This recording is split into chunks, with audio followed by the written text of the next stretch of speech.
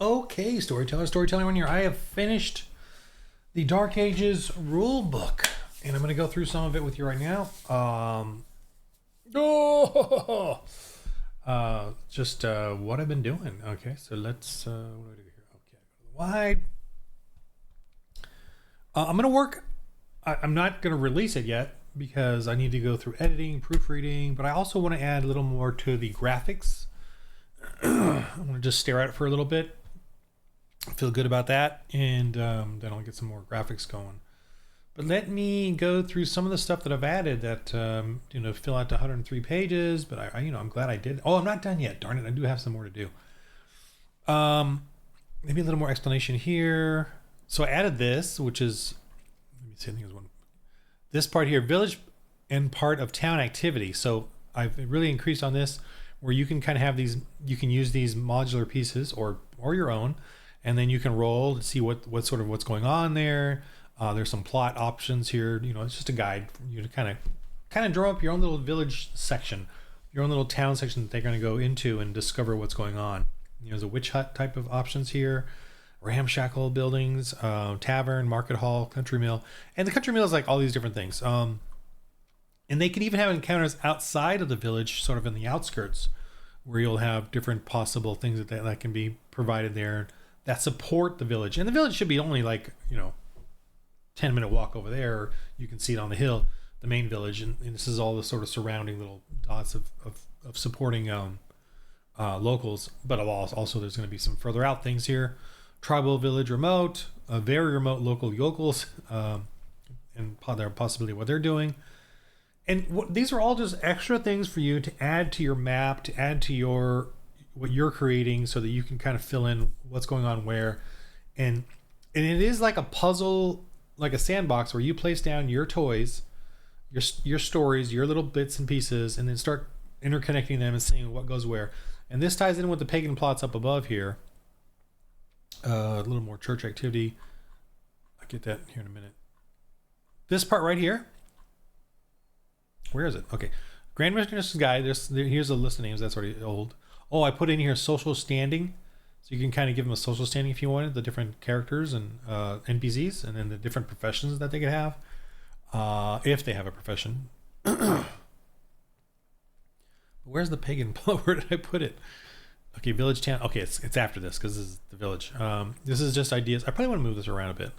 Pagan hex crawl. Okay, so here after that is the pagan hex crawl, and this is where you really do come up with a main pagan thing.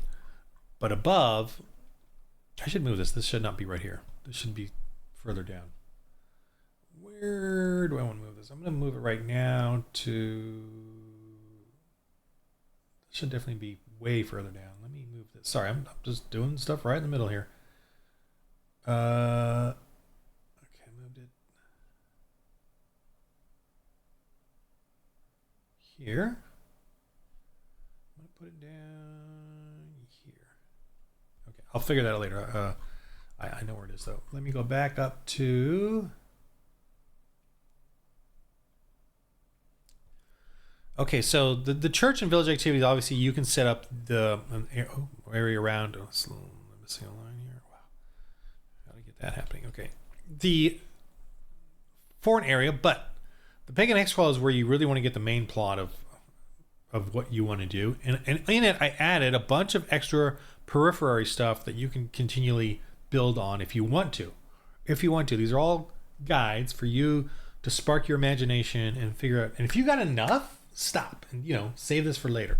If you get enough out of just this, that's fine. If you want to add a little more, roll and just see if you can get other things. And I like to do rolls so that you limit yourself too. Like at some point you got to stop because you didn't get past certain rolls. Ergo, you got to come up with things and you got to be creative. And I like, for me personally, I like to set up little parameters and then I got to work out a story within those parameters. Because when you have like just all over the place, it's kind of harder. You don't know where to go. But when you've got parameters, your set your playing field and then what you can do with it. This one here, really from minor to horrific at the end here, D12 or D4, D6, depending on what you're thinking or what this has gotten you to do, will help you kind of give also another level of color to the pagan activity, what it is specifically. The conversion level is very important. I have it in the reference too. This really tells you the different how they are. So this here kind of shows you sort of the convertible to the very violent and evil, kind of up the scale here and what they are. And these can refer to die rank levels. These 1, 2, 3, 4, 5. Like that's kind of how I refer to them myself. Is if you preach them and convert them successfully, half that. How many die ranks is that? Is that 2 die ranks? Okay, then you can move them up 2 die ranks, or move them down 2 die ranks. And the I should probably write that in here actually. Now I think about it. These equate to die ranks. Okay. I should say the numbers equate to die ranks for die rank results. For die rank results. The numbers equate to die ranks for die rank results. I hope you understand that. A die rank result is, let's say I preach, I roll their resist, whatever it is. They can get a +4 die rank resist, which is a D10. They can, they might have a spirit, they might have something else, whatever. Let's just say they roll their total die rank resist is a 16, and I roll 20. So that's 4. Half of that is 2. That's 2 die rank result. So that's 2 die ranks. I can move them 2 die ranks better in the conversion. Now, and also think about that this way: if they're violently evil, number one, that doesn't mean they're going to just suddenly attack. But if they get annoyed, if they fail the evangelism, they will attack because they're violently evil. And they don't have to kill you necessarily.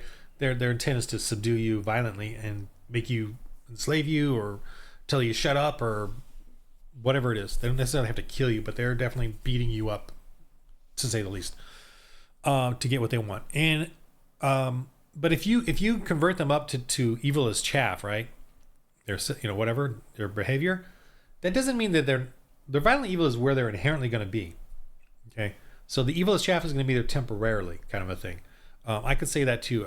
Maybe I could explain that in here, but you can play it however you want. You can play it, and so that's the way I'm playing. You can do violent evil, then they go to evil as chaff, and they just stay at evil as chaff. That's fine too. Whatever. The story's going to be quick enough that it doesn't matter.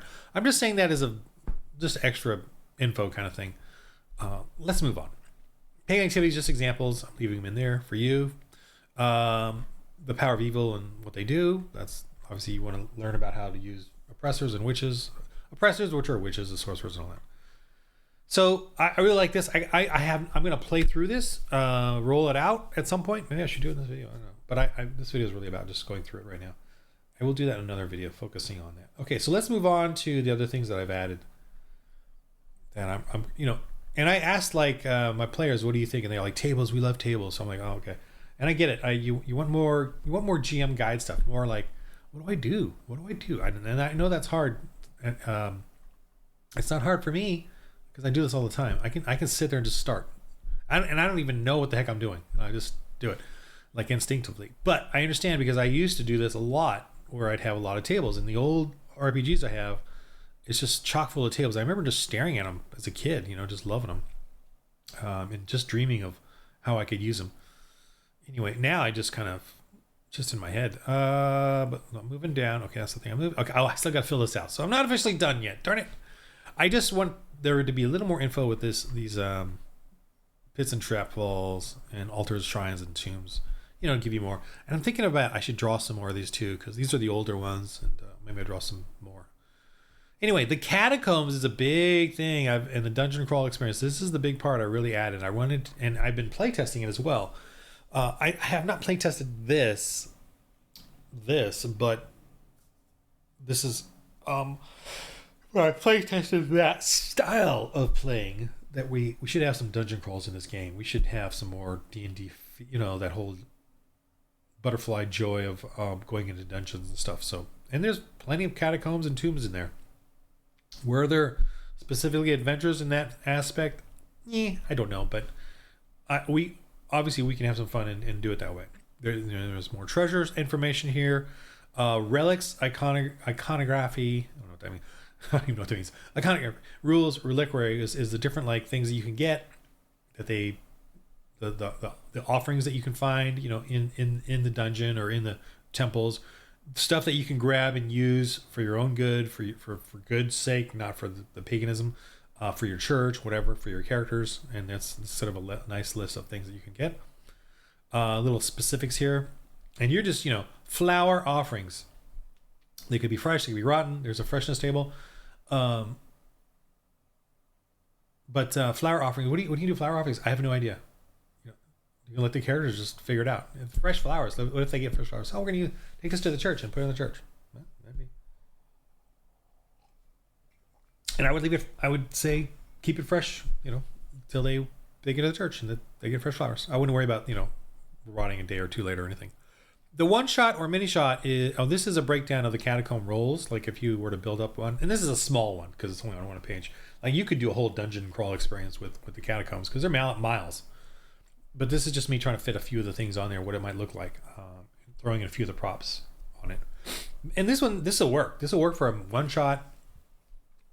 You're going to have them enter, foyer, some clues. They can even get some salvage here. And the salvage for a mini shot is really cool because what it does is, instead of describing necessarily the salvage itself, it describes what sort of inspired die or glory points or bonuses you get. And you as a GM can just say, oh, you find a bunch of pagan things, you destroy them, you get a glory point for that. The reason being, in this sort of one shot, it's meant to be like you start here and you end up here and you fight the final boss at the bottom. And all these things in between are you trying to find more stuff, gain more stuff to get more glory points to get your character strong enough to fight the final sorcerer, demon, giant beast, possessed, drugged beast, you know, or whatever at the end there that you got to deal with to clear out this catacomb of paganism. There's a guard chamber here. They gotta fight some guards. Chamber of slaves that, you know, you could convert, or they could go violent on you. You got to roll the conversion level thing. A tomb here. There might be a trap there. I should put that. Lock or trap. You know, chamber of priests. That's gonna turn into something crazy with acolytes. A shrine there. That's something where you got to deal with that. So. And then of course you can roll for a salvage in that, and then you can even use. Well, I wouldn't use this salvage for a one shot. This is more for the long one, but this is for the one shot. And I would use the same die rank. Oh, it's a die rank result. But you can add die ranks because of where they are as well. I should put that down.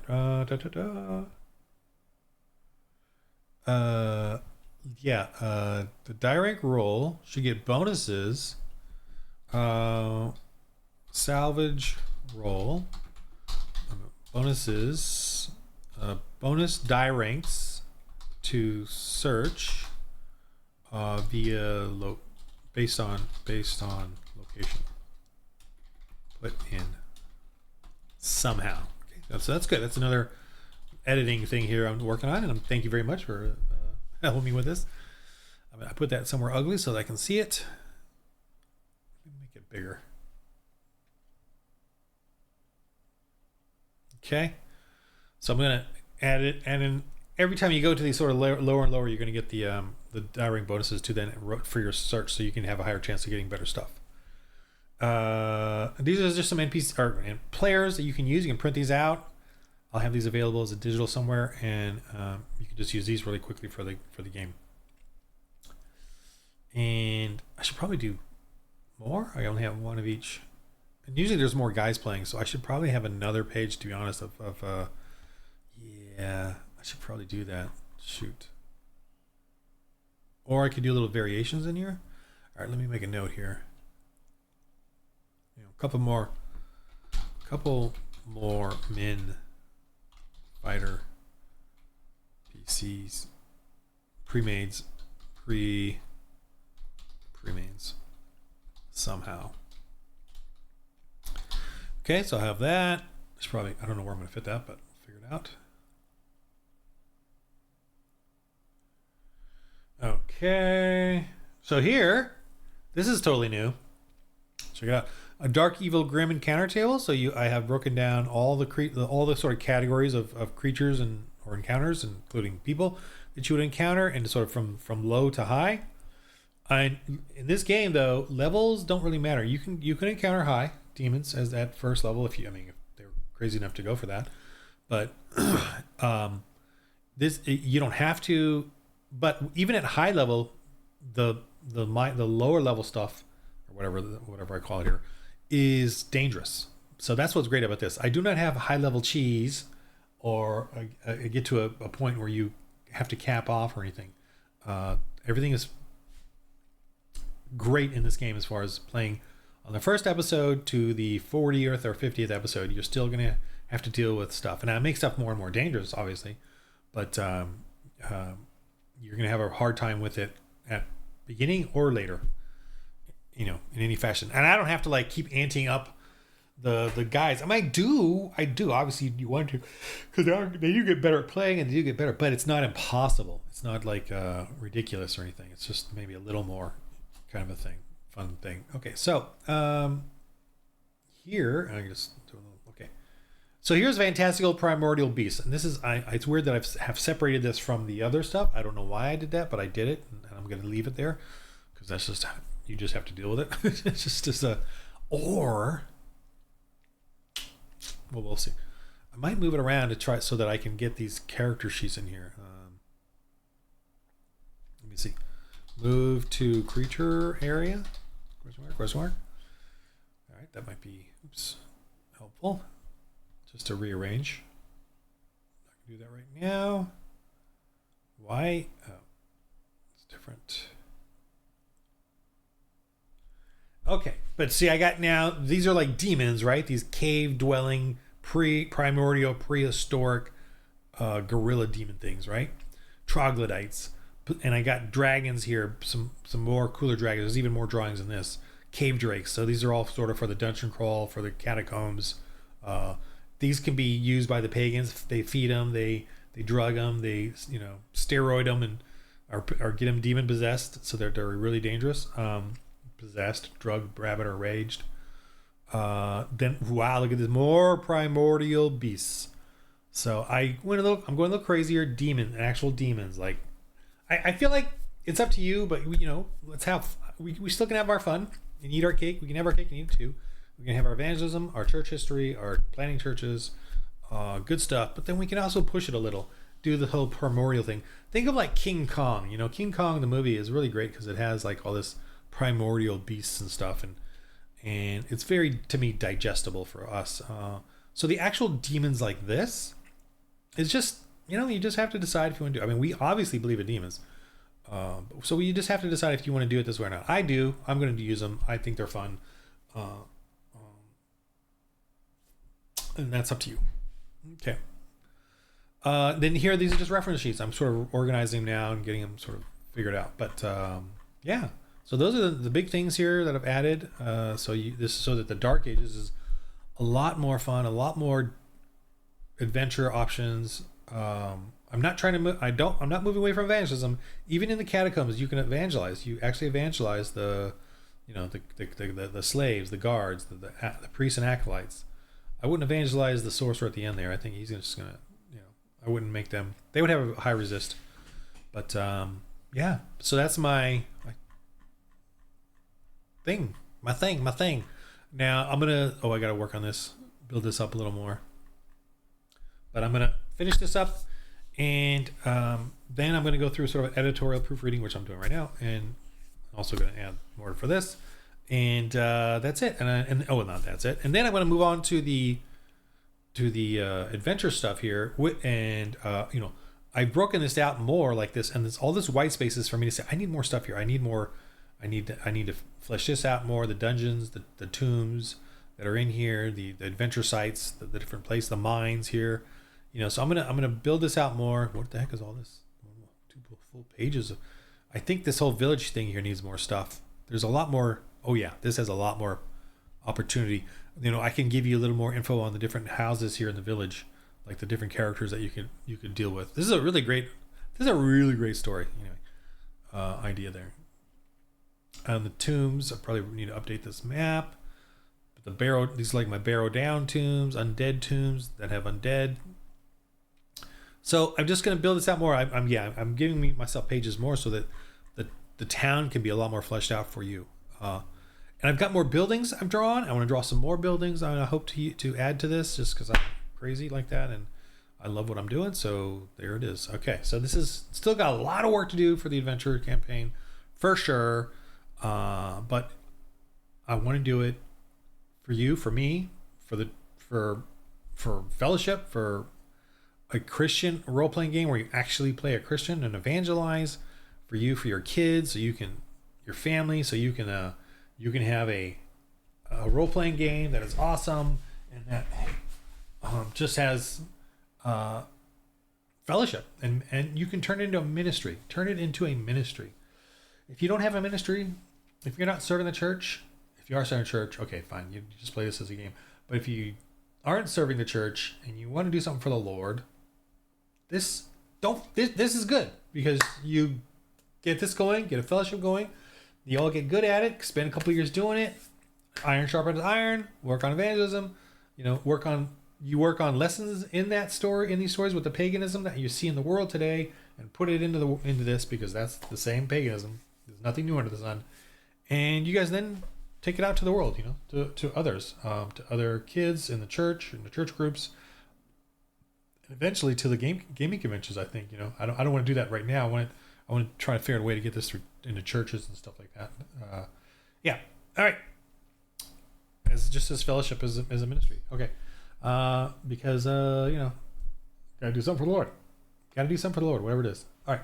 In the game, because you love the Lord. Anyway, in the game of life, roll holy dice. Oh, and sorry. Kickstarters, I don't know if you guys watch this, but this is coming. This is for you guys. All right. Game of life, roll holy dice.